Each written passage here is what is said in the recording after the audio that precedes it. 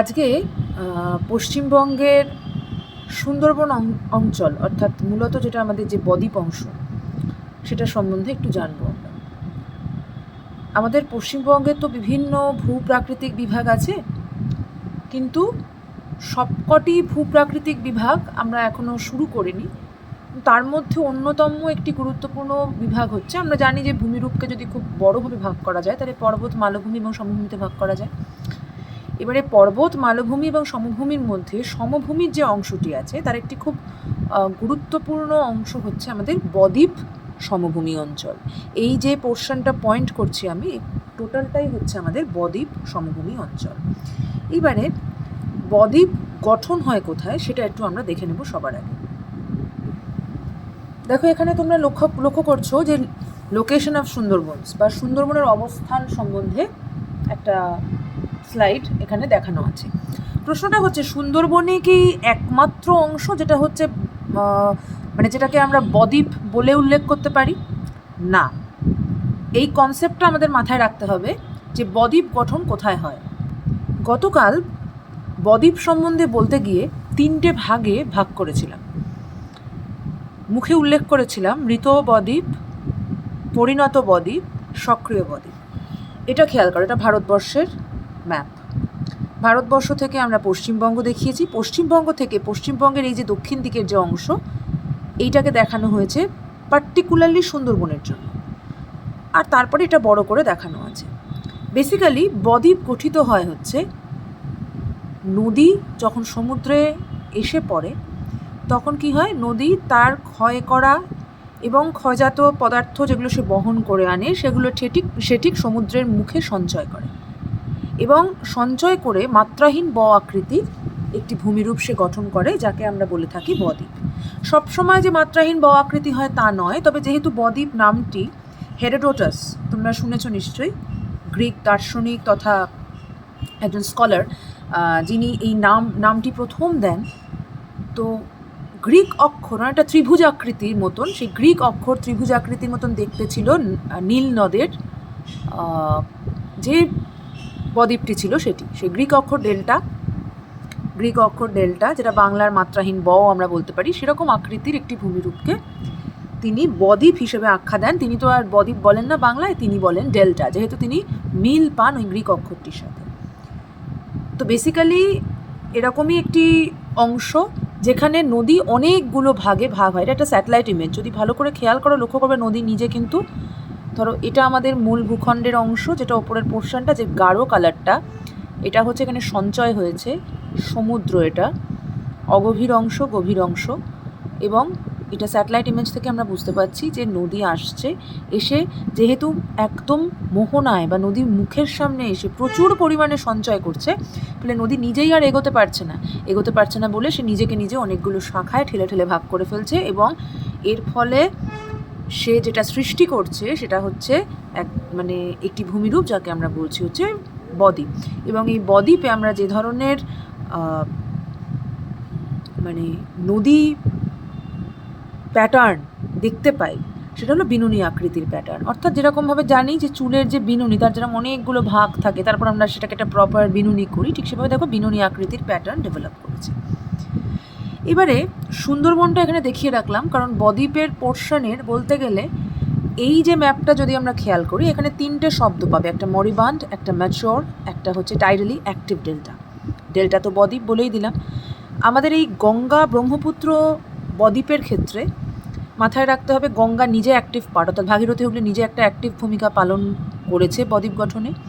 এছাড়া এর সাথে আছে ব্রহ্মপুত্র আর গঙ্গা মিলে বাংলাদেশ এবং পশ্চিমবঙ্গ উভয় স্থানেই কিন্তু বদ্বীপ গঠন করেছে। আর এই যে তিনটে ভাগ এখানে তোমরা দেখতে পাচ্ছ যে গঙ্গা নদী মুর্শিদাবাদের কাছে এসে, আমি আগের দিনই বলেছিলাম, আবার দেখাবো পশ্চিমবঙ্গের ম্যাপে, মুর্শিদাবাদের কাছে এসে দুটো ভাগে ভাগ হয়ে যায়। একটা অংশ দক্ষিণ দিকে প্রবাহিত হচ্ছে ভাগীরথী হুগলি নাম নিয়ে, আরেকটা অংশ পূর্ব দিকে বেরিয়ে যাচ্ছে পদ্মা নদী। ঠিক আছে, গঙ্গার একটি বড় শাখা, ইনফ্যাক্ট চওড়া যে শাখাটা, সরু শাখাটা ভাগীরথী হুগলি, যেটা দক্ষিণ দিকে বঙ্গোপসাগরে আসছে, আর পূর্ব দিকে মোটা যে শাখাটা সেটা হলো পদ্মা, যেটা বাংলাদেশে প্রবেশ করছে।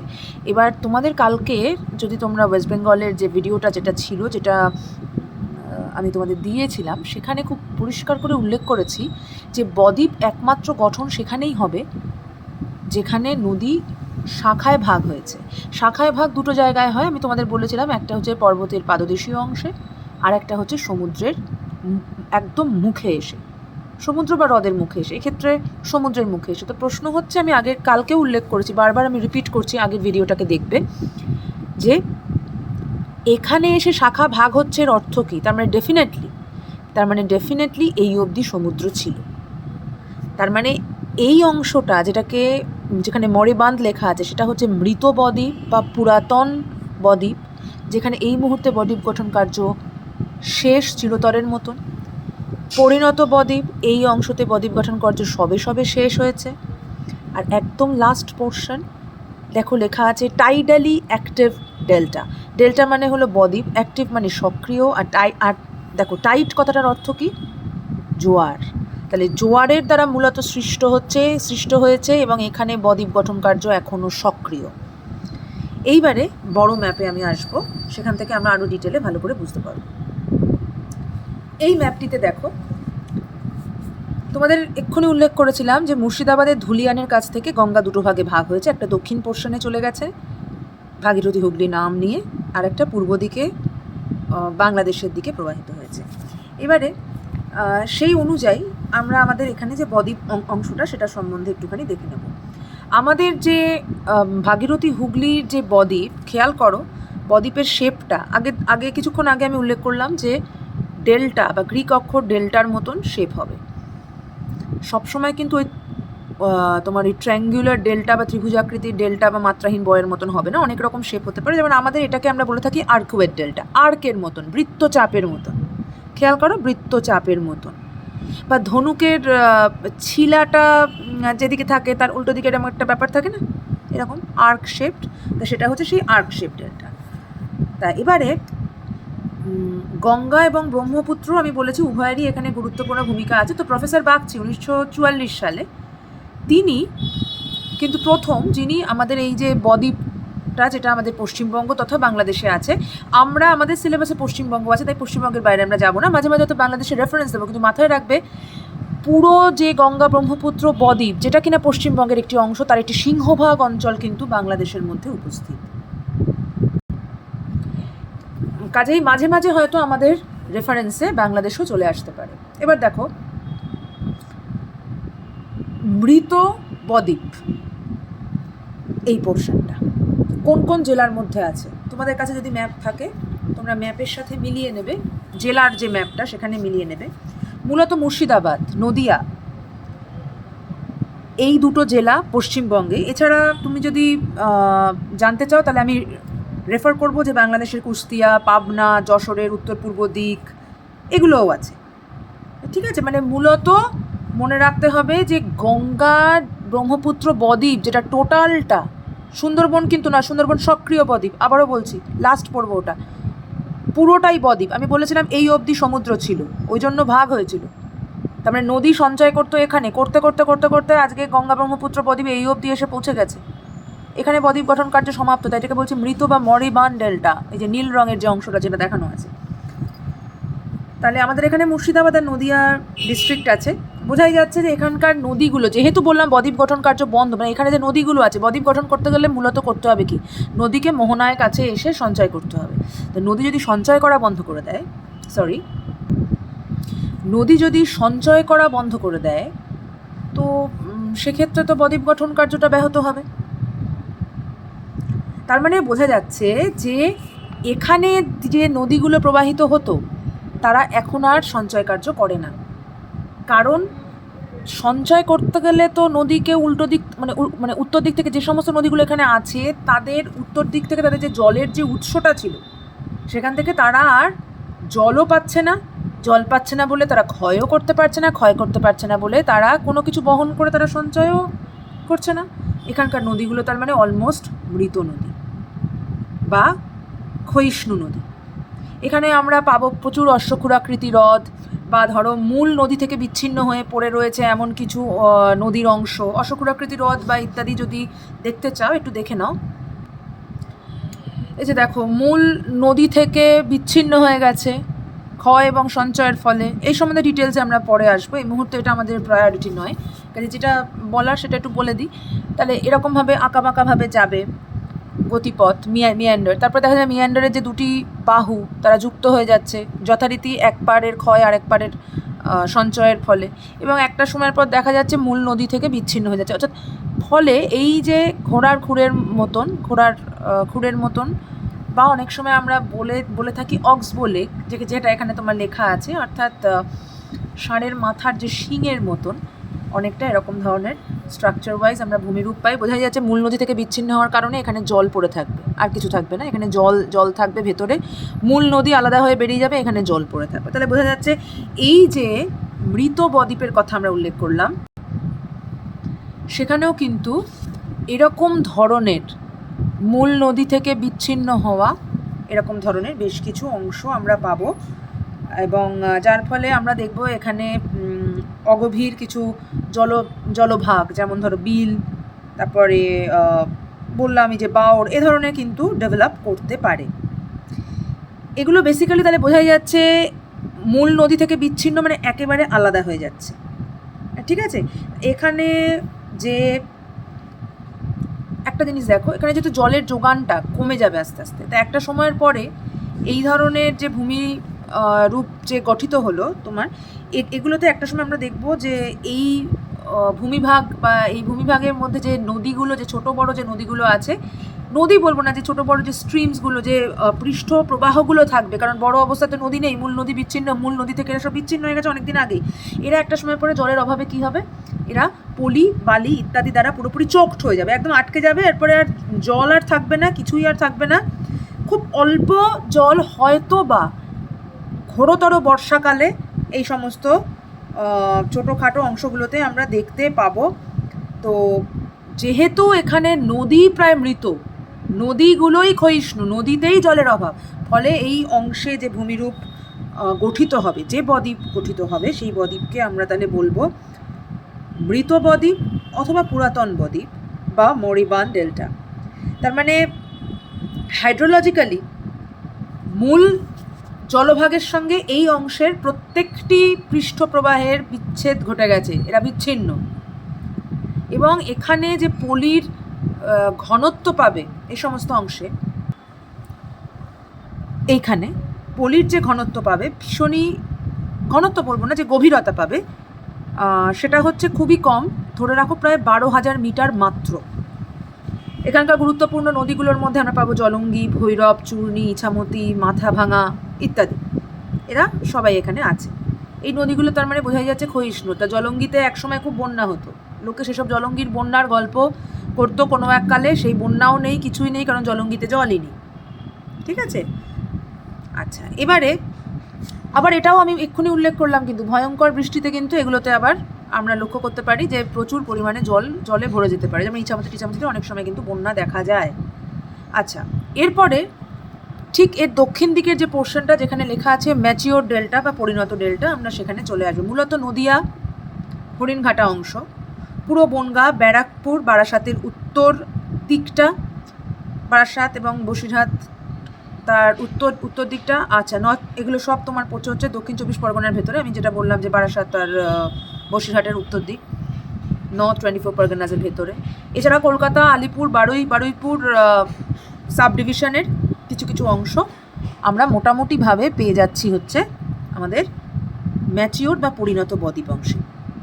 এখানে কিন্তু নদীগুলো এখনও অ্যাক্টিভ, নদীগুলো এখনও সক্রিয় আছে এখানে, কিন্তু সক্রিয় হলে কি হবে, ততটা পলি কিন্তু এরা নিয়ে আসে না, ততটা পলি কিন্তু এরা এখন আর বহন করে না। এরা মোটামুটিভাবে এরা যে পলিগুলো বহন করে, এরা এই পোর্শনে আর সঞ্চয় করতে পারে না, এরা সব দক্ষিণ দিকে যেখানে তোমার টাইডালি অ্যাক্টিভ বা সক্রিয় বদ্বীপ অংশ, সেখানে এসে এরা সঞ্চয় করে। এবার যেহেতু বেশিরভাগ এই অংশেও কিন্তু এই অনেকটা মরিবান ডেল্টার মতনই বা মৃত বদ্বীপ অংশের মতনই এই পরিণত বদ্বীপ অংশতেও আমরা খেয়াল করব যে কোনো কোনো ক্ষেত্রে এরা কিন্তু এদের যে মানে যে এখান দিয়ে যে নদীগুলো যেগুলো আর কি প্রবাহিত হচ্ছে, এরা কিন্তু অনেক ক্ষেত্রেই এদের উত্তরের থেকে এইসব নদীর যে উৎস তাদের সঙ্গে কিন্তু এরা কানেকশন হারিয়ে ফেলে। তাহলে এখানে এত পলি কোথা থেকে আসে? বর্তমানে এখানে কিন্তু বদ্বীপ গঠন কার্য সেভাবে আর হচ্ছে না, কিন্তু এই পরিণত বদ্বীপের দক্ষিণ দিকেই তো সক্রিয় বদ্বীপ। এই সক্রিয় বদ্বীপ অংশে পুরোটাই কি হচ্ছে না, যে সুন্দরবনের অংশটা যেটা আছে তার দক্ষিণে কি আছে, আমাদের বঙ্গোপসাগর। বঙ্গোপসাগর থেকে আসা পলির এফেক্ট তো এখানে আছে, ফলে এই পরিণত বদ্বীপের দক্ষিণ অংশে কিন্তু আমরা দেখতে পাই যে কিছুটা হলেও কিন্তু এই জোয়ার ভাটার কারণে পলি কিন্তু সঞ্চয় হয়। ভাগীরথী হুগলি এখানে প্লাবনভূমি গঠন করেছে, এবং অবশ্যই আবারও যেরকম আগের বারের মতন কিছুটা অংশ পশ্চিমবঙ্গে আছে, বাকিটা কিন্তু বাংলাদেশে আছে। এবারে একটা জিনিস একটু জেনে রাখো, এই যে টোটাল যে বদ্বীপ অঞ্চলটা, গঙ্গার ব্রহ্মপুত্র টোটাল যে বদ্বীপ যে অংশটা, যেটা আমাদের পশ্চিমবঙ্গ হোক বা বাংলাদেশ পশ্চিমবঙ্গ মিলিয়ে হোক, এর উত্তর দিকটা কিন্তু ধীরে ধীরে, যেহেতু অনেক প্রাচীন পলি আছে এসব জায়গায়, পলি সঞ্চয় এখন আর হচ্ছে না, ফ্রেশ পলি আসছে না, কারণ নদীগুলো অলমোস্ট মৃত, আমি বলছিলাম এক্ষুনি এই দুটো পোর্শনে।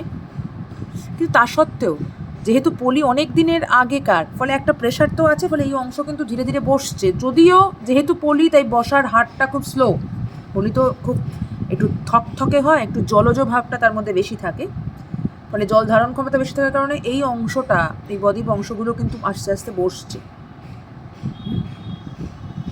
এবারে এই অংশেও কিন্তু আমরা অনেক বিল, অনেক জলাভূমি, অর্থাৎ যে অগভীর যে জলভাগগুলো দেখতে পাবো, এছাড়া জলাভূমি যেমন স্যাঁতে যে জলাভূমিগুলো, সেগুলোও কিন্তু দেখতে পাবো। এছাড়া যেরকম তোমাদের দেখালাম আঁকাবাঁকা গতিপথ, অক্সবো লেক বা অশ্বক্ষুরাকৃতি হ্রদ, এগুলোও কিন্তু দেখতে পাওয়া যাবে। দক্ষিণ অংশে যেমন আমি বললাম যে টাইডাল এফেক্ট, অর্থাৎ জোয়ার ভাটার প্রভাবে পলি সঞ্চয় কিন্তু অনেকটা পাবো, যে কারণে এই অংশে যেরকম আমি তোমাদের বলেছিলাম যে পলির গভীরতা হচ্ছে প্রায় 12,000 মিটার, অনেক পুরনো পলি। এখানেও কিন্তু আমরা প্রায় 8,000 মিটার গভীর পলি কিন্তু পাবো। তাহলে একটা জিনিস খেয়াল করছো, পলির গভীরতা কিন্তু কম। কার তুলনায় কম? না, উত্তরে যে মৃত বদ্বীপ অংশটা ছিল তার তুলনায় কিন্তু এখানে পলির গভীরতাটা একটুখানি কম পাচ্ছি। এক্ষুনি আমি বললাম এটা অনেক প্রাচীন, তাহলে প্রচুর সময় ধরে তো এখানে সঞ্চয় হয়েছে, ফলে পলিটা এখানে অনেক বেশি গভীর, অনেক বেশি থিক। এখন আর হচ্ছে না, কিন্তু তাও এটা যথেষ্ট গভীর। এর তুলনায় এটা কম, কারণ এটা সদ্য এখানে পলি গঠন বা এখানে পলি সঞ্চয়ের মাধ্যমে বদ্বীপ গঠন সদ্য সমাপ্ত। এটাও একটা সময় আরও বেশি মোটা হবে, যখন এখানকার নদীগুলো যতদিনে আমরা দেখব এরই মতো নিষ্ক্রিয় হয়ে যাবে, এই অংশের নদীর মতো নিষ্ক্রিয় হয়ে যাবে বা মৃতপ্রায় বা ক্ষয়িষ্ণু হয়ে যাবে, তখন আমরা দেখব এই অংশটাতেও কিন্তু আরেকটু থিকনেসটা বেড়ে যাবে পলির স্তরের। তার মানে বোঝাই যাচ্ছে, আমরা যখন পরে পড়বো তখন আমরা দেখব যে এই সক্রিয় বদ্বীপ অংশে পলি সবচেয়ে অগভীর, কারণ সবে সবে সঞ্চয় কাজ চলছে তো। আচ্ছা, এবারে এই যে অংশটার কথা আমরা পড়বো এবারে, সেটা হচ্ছে আমাদের লাস্ট অংশ, যেটা হচ্ছে আমাদের সক্রিয় বদ্বীপ অঞ্চল, মূলত সুন্দরবনকে নিয়ে, আর বাংলাদেশের যে পোর্শনটা, যেটা মেঘনার অংশটা আছে, সেটাকে আমরা বলে থাকি। সুন্দরবনের উত্তর দিকের সীমান্তের নাম হচ্ছে ড্যাম্পিয়ার হজেস লাইন, এটা জেনে রাখো, ড্যাম্পিয়ার হজেস লাইন। তো যাই হোক, পুরো কাকদ্বীপ, ক্যানিং সাবডিভিশন, ডায়মন্ড হারবারের দক্ষিণ দিক, দক্ষিণ চব্বিশ পরগনার দক্ষিণ দিক, বসিরহাটের দক্ষিণ দিক, এই সব কিন্তু আমাদের অ্যাক্টিভ বা সক্রিয় বদ্বীপ অংশের মধ্যে অবস্থিত। এবং সক্রিয় তার মানে কি, আগের দুটোতে প্রথমটায় পলি সঞ্চয় বন্ধ হয়ে গেছিলো, কারণ নদীগুলোর সঙ্গে তাদের মূল যে উৎস তারা সেখান থেকে বিচ্ছিন্ন হয়েছিল। এখানে পলি সঞ্চয় সবে সমাপ্ত, উত্তর দিকে তো হয়ই না, দক্ষিণ দিকে সামান্য যাও বা দক্ষিণ দিকে জল নিয়ে যায় সেখানে সঞ্চয় হয়, আর বাকি পলি সঞ্চয় হয় জোয়ার ভাটার জলে। এখানে তার মানে নদীগুলো যেগুলো তারা অ্যাক্টিভ, তারা নিজেরাই জল নিয়ে আনছে, কিন্তু এটা আশা করার কোনো রকম কারণ নেই যে সব থেকে বেশি সঞ্চয়টা এখানে নদীর জলে হয়। সর্বাধিক সঞ্চয় এখানে জোয়ার ভাটার জন্যই কিন্তু হয় এখনও। এবং সুন্দরবন অংশে বিশেষ করে আমাদের পশ্চিমবঙ্গের সুন্দরবন অংশে কিন্তু মূলত জোয়ার ভাটার প্রভাবেই এখানে সঞ্চয় হয়। বাংলাদেশি অংশে অবশ্যই নদীর সঞ্চয়ের একটা গুরুত্বপূর্ণ অংশ এখানে গুরুত্বপূর্ণ ভূমিকা পালন করে সক্রিয় বদ্বীপ গঠন কার্যে, কিন্তু আমাদের এখানে সক্রিয় বদ্বীপ গঠন কার্যে নদীর ভূমিকার থেকে অনেক বেশি গুরুত্বপূর্ণ হচ্ছে জোয়ার ভাটার ভূমিকা।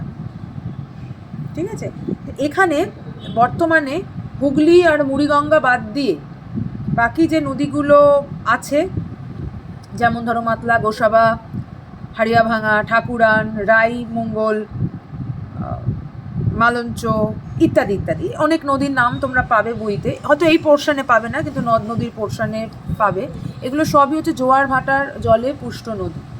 হ্যাঁ, এবং যেটা হচ্ছে যে এরা এই মুহূর্তে এখানে যে খাঁড়ি তৈরি হয়েছে, খাঁড়ি মানে হচ্ছে চওড়া নদীর মুখ।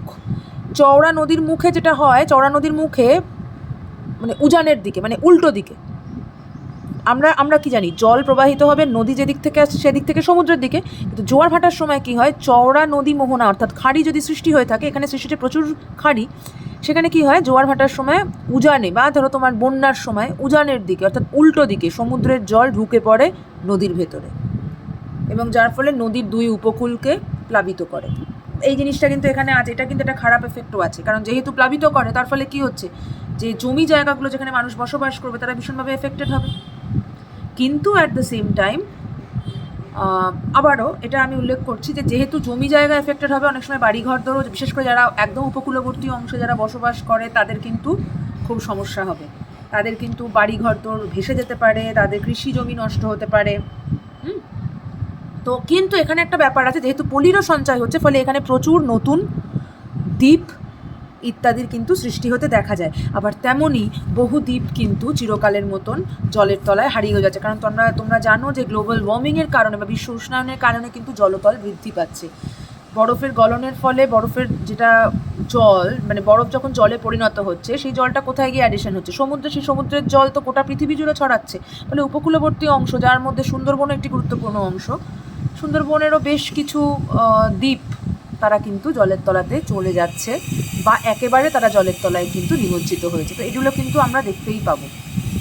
এখানে বহু বড় বড় মানে দ্বীপ গঠিত হয়েছে এই সক্রিয় বদ্বীপ অংশে, সুন্দরবনেরই দ্বীপের মানে সুন্দরবনেরই আশেপাশে, যেমন ধরো সাগর দ্বীপ, ডালহাউসি দ্বীপ, লোধিয়া দ্বীপ, জম্বু দ্বীপ প্রভৃতি। এখানে অবশ্যই ঢাল হচ্ছে উত্তর থেকে দক্ষিণ দিকে, উত্তর দিকে তুলনামূলক উঁচু, দক্ষিণ দিকে হালকা ঢালু। আর এখানে মোটামুটি আমরা যেরকম বলেছিলাম 12,000 মিটার হচ্ছে এখানকার পলির মানে যে গভীরতা, এখানে 8,000, এখানে 3,000 মিটার। এখানে যে জমিগুলো আছে, এখানে আমরা পাবো বিখ্যাত ম্যানগ্রোভ অরণ্য। ম্যানগ্রোভ অরণ্য তোমরা জানো লবণাম্ব উদ্ভিদ মূলত এখানে, যারা জোয়ার ভাটার জলে পুষ্ট থাকতে পারে, যারা লবণাক্ত জলে থাকতে পারে। যে অংশটা পুরোপুরি ম্যানগ্রোভের অন্তর্ভুক্ত তাকে আমরা বলবো বাদাবন। বাদাবন আর মানে সেখানে কেউ বাস করে না। যে অংশটাকে রিক্লেম করা হয়েছে, অর্থাৎ যে অংশটাকে বসবাসযোগ্য জায়গাতে পরিণত করা হয়েছে, সেই অংশটিকে আমরা বলবো আবাদ। আবাদ মানে জানো যেখানে মানুষ থাকে। তো যেটা দেখা যাচ্ছে যে বাদাবন হচ্ছে সেখানে প্রচুর ওই রকম নদী মোহনা, তারপরে ছোট ছোট নদী আছে, অসংখ্য জিনিসপত্র আছে। আর বাদাবন কিন্তু খুব বেশি উচ্চভূমি নয়, যে কারণে এটা কিন্তু মানে দিনে দুবার জোয়ারের জলের তলায় নিমজ্জিত হয়ে যায়, আবার ভাটার সময় জেগে ওঠে। বুঝতে পেরেছো? যেমন দেখো, বাদাবন দেখানোর আগে একটু দেখে নাও আমাদের সুন্দরবনের গুরুত্বটা কী। এটা একটা ওয়ার্ল্ড হেরিটেজ সাইট, এটা একটা বায়োস্ফিয়ার রিজার্ভ, মানে জীববৈচিত্র্যের উষ্মা কেন্দ্রও বটে। এখানে প্রচুর জীববৈচিত্র্য আছে, বিভিন্ন ধরনের উদ্ভিদ এবং প্রাণীর উপস্থিতি আছে। পৃথিবীর মোট মানে অ্যারাউন্ড 5% ম্যানগ্রোভ অরণ্য কিন্তু এখানে আছে। তোমাদের এক্ষুনি বলছিলাম যে কিভাবে মানে যে বন্যার জল প্রবেশ করলে সুন্দরবনের অবস্থা কীরকম হয় একটু দেখে নাও। সাংঘাতিক অবস্থা হয়, এই সমস্ত জায়গা, জমি জায়গা সব ডুবে যাচ্ছে লোকের। এই যে সক্রিয় বদ্বীপ অংশগুলো যেখানে দেখা আছে, যেখানে সমুদ্রের জলতলের বৃদ্ধি পাওয়ার ফলে গ্রামের পর গ্রাম ডুবে যাচ্ছে, মানুষ ছাড়তে বাধ্য হচ্ছে। এই যে দ্বীপগুলো, খেয়াল করো জলে যে লবণতা কতটা বেড়ে গেছে। এই একই এরিয়া সুন্দরবন একদম অ্যাক্টিভ বদ্বীপ অংশ, এখানে বহু দ্বীপ ছিল, যেমন নিউমুর আইল্যান্ড, তারপরে তোমার ঘোড়ামারা, লোহাচড়া দ্বীপ, এই অনেক দ্বীপ কিন্তু নয় জলের তলায় চলে গেছে, নয় যাচ্ছে, এখান থেকে মানুষজনকে সরতে হচ্ছে। এই পোর্শনে স্যালিনিটি বাড়ছে, স্যালিনিটি বা লবণতা বাড়ার সব থেকে বড় কারণ হচ্ছে যে সমুদ্রের জল, জোয়ার ভাটার জল সেটা ঢুকে যাচ্ছে এবং জায়গাগুলোকে কিন্তু নিমজ্জিত করছে। দেখে নাও ওই যে ঘোড়ামারা দ্বীপের অবস্থা দেখো, কি ছিল আর কি হয়েছে, কত বড় ছিল, কতটুকু হয়েছে, ভবিষ্যতে থাকবে না, এইভাবে সব ডুবে যাচ্ছে। তো এটা হতেই থাকবে। আর এটা তোমরা দেখতে পাচ্ছ, এটা ম্যানগ্রোভ অরণ্যের অবশিষ্টাংশ। বুঝতেই পারছো মানুষকে কীভাবে বাড়ি ছাড়তে হচ্ছে, নদীর পাড় ভাঙন থেকে আরম্ভ করে এভরিথিং, প্রচুর কিছু কিন্তু এর জন্য দায়ী। কৃষি জমি ধ্বংস হয়ে যাচ্ছে। এবারে আমরা এক্ষুনি বললাম যে বাদা বনের কথা এক্ষুনি উল্লেখ করলাম। বাদা বন বললাম যে অংশটা পুরোপুরি অরণ্য আছে, আর যে অংশটাতে অরণ্য পোর্শনটা নেই, যে অংশটাকে আমরা রিক্লেম করেছি বা যে অংশটাকে আমরা নিয়ে এসেছি আমাদের মানে বসবাসযোগ্য বা কৃষিযোগ্য করে, সেই অংশটাকে আমরা কী বলেছিলাম, আবাদ। এই আবাদ অংশে সমস্যা হচ্ছে, এখানে যখন চাষ করা যায়, এখানে আমরা আর্টিফিশিয়াল বা কৃত্রিমভাবে মনুষ্যসৃষ্ট বেশ কিছু উঁচু উঁচু ঘেরা টেরা দিয়ে এই জায়গাগুলোকে ঘিরে রেখেছি, যাতে করে সমুদ্রে তোমার নোনা জল এখানে প্রবেশ করতে না পারে। কিন্তু যদি বড় বড় ঘূর্ণিঝড় হয়, যদি বিশাল বড় বড় ঢেউ আসে, তাহলে মানে বিশাল বড় ঢেউ শুধু না, সেই মানে যেটাকে আমি বলছি মানে সেই ঝড়ের সময় যে ঢেউ হয় না, ঠিক সেরকম ধরনের যদি কোনো এফেক্ট হয়, তখন কিন্তু আমরা দেখতে পাবো কোস্টাল সার্জেস হয়, প্রচুর জল কিন্তু ঢুকে পড়ে। আর বন্যার সময় তো কোনো কথাই নেই। আর সবথেকে বড় কথা হচ্ছে যে ঘূর্ণিঝড়, যেমন আয়লা, আমফান, এদের মতন ঘূর্ণিঝড়, বিশেষ করে আয়লা ভয়ঙ্কর ক্ষতি করেছিল। তোমরা দেখো এখানে পুরো জমির মধ্যে জল কিন্তু প্রবেশ করে গেছে। কোনোভাবেই কিন্তু তখন আর এই যে আর্টিফিশিয়াল বা কৃত্রিমভাবে আমরা যে বাঁধ তৈরি করব যাতে করে সমুদ্রের জল এই আবাদ অংশে প্রবেশ করতে না পারে, সেটা কিন্তু আর হবে না। তো এগুলো হচ্ছে ডেফিনেট সমস্যা যেগুলো সুন্দরবনে আছে, আমি কিছু উল্লেখ করে দিলাম। এছাড়াও বোঝা যাচ্ছে মনুষ্যসৃষ্ট কারণ হোক, যে কোনো কারণেই হোক, সুন্দরবনে অরণ্যের অংশ কীভাবে কমে যাচ্ছে। এই যে সক্রিয় বদ্বীপটা এখানে আলাদা করে দেখানো আছে, দেখো গ্রিন পোর্শনটা কমতে এটা লাস্ট 2014 সালের অবধি আপডেট করা আছে। তার মানে এখন বুঝতেই পারছো কতটা কম আগের তুলনায়। এটা তো খুবই একটা অ্যালার্মিং ব্যাপার, চিন্তার ব্যাপার। তো এই তিনটে নিয়েছিল আমাদের পুরো বদ্বীপ অংশ, আমি একটু ডিটেলে পড়িয়ে দিলাম, আশা করি তোমরা বুঝতে পারবে। অবশ্যই কোনো সমস্যা হলে আমাকে জিজ্ঞেস করবে। লাস্ট দেখে নাও বাদা বন, এখানে এই যে শ্বাসমূল বেরিয়ে রয়েছে, এগুলোই কিন্তু জলের তলায় দিনে দুবার যায়। একটা হচ্ছে মূলত আমাদের যখন জোয়ার হয় দিনে দুবার, সেই সময় কিন্তু জলের তলায় যায়। আর আরেকটা হচ্ছে জলের বাইরে বেরিয়ে আসে যখন ভাটা হয়।